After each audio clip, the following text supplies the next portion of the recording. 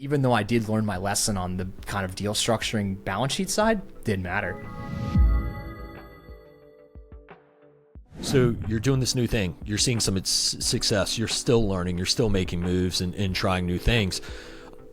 Has everything been as easy and as smooth as you thought it would be going off on your own? Oh, that's such a leading question. No, absolutely not. It's incredibly painful. Honestly, I think as you think about it, it boils back to a little bit in terms of think about like day-to-day satisfaction, right? And like what makes you happy? What do you enjoy?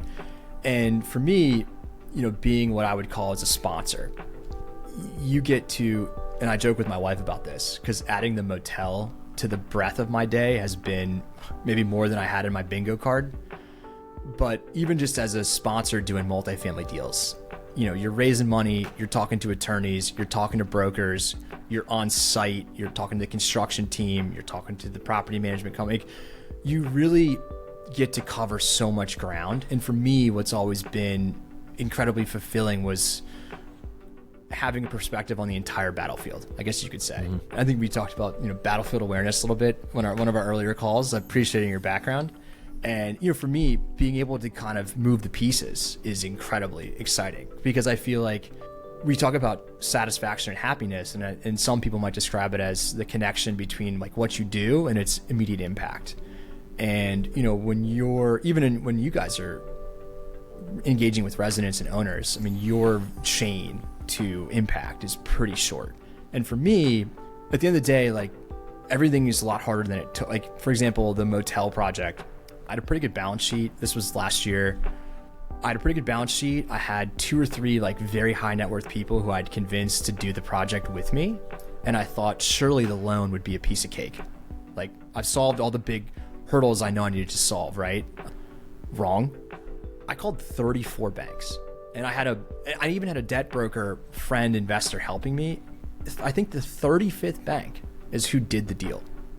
And that almost derailed. We had to extend the closing. I had the equity lined up. We had kind of started forming the business plan. Like the last thing I thought that was going to tank the project at the finish line was the lender.